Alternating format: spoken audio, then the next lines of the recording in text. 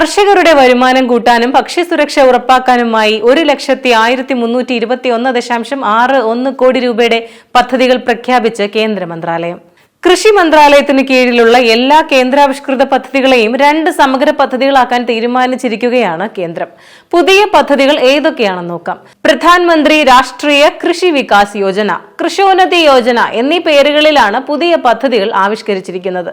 രാജ്യത്തിന് സ്വയം പര്യാപ്തതയിലേക്ക് വളരാനുള്ള സുസ്ഥിര കൃഷി വികസനമാണ് പദ്ധതികളുടെ പ്രധാന ലക്ഷ്യം.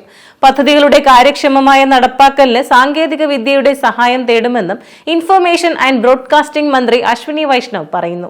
സാങ്കേതിക വിദ്യകളുടെ സഹായത്തോടെ പദ്ധതികൾ വേഗത്തിലും ഫലപ്രദമായും നടപ്പിലാക്കാൻ സഹായിക്കുമെന്നും അദ്ദേഹം കൂട്ടിച്ചേർക്കുന്നു. കാലാവസ്ഥാ പ്രതിരോധം, കാർഷിക ഉൽപ്പന്നങ്ങളുടെ വിപണന ശൃംഖലകളുടെ വികസനം, സ്വകാര്യ മേഖലയുടെ പങ്കാളിത്തം തുടങ്ങിയവയ്ക്കടക്കം കാർഷിക മേഖലയിലെ വെല്ലുവിളികൾ നേരിടാൻ പാകത്തിനാണ് ഈ പദ്ധതികളുടെ രൂപകൽപ്പന. പദ്ധതികളുടെ നടപ്പിലാക്കലിൽ സംസ്ഥാന സർക്കാരുകൾക്ക് പ്രധാന പങ്ക് നൽകുമെന്നും ഓരോ സംസ്ഥാനത്തെയും കാർഷിക ആവശ്യങ്ങൾക്ക് അനുയോജ്യമായ രീതിയിൽ നടപ്പാക്കുമെന്നും അശ്വിനി വൈഷ്ണവ് പറയുന്നു. കാർഷിക ഉൽപാദനവും കാർഷിക ക്ഷേമവും മെച്ചപ്പെടുത്തുക എന്ന ലക്ഷ്യത്തോടെ national mission for edible oil, oil palm എന്നിവയും ഡിജിറ്റൽ കൃഷി സംരംഭവും ആരംഭിക്കുമെന്നുമാണ് സർക്കാർ അറിയിച്ചിരിക്കുന്നത്. ആവശ്യമുള്ളിടത്ത് ദേശീയ mission for edible oil, oil palm, clean plan programme, digital agriculture തുടങ്ങിയ മിഷൻ മോഡ് സംരംഭങ്ങൾ അവതരിപ്പിക്കുകയും ചെയ്യും.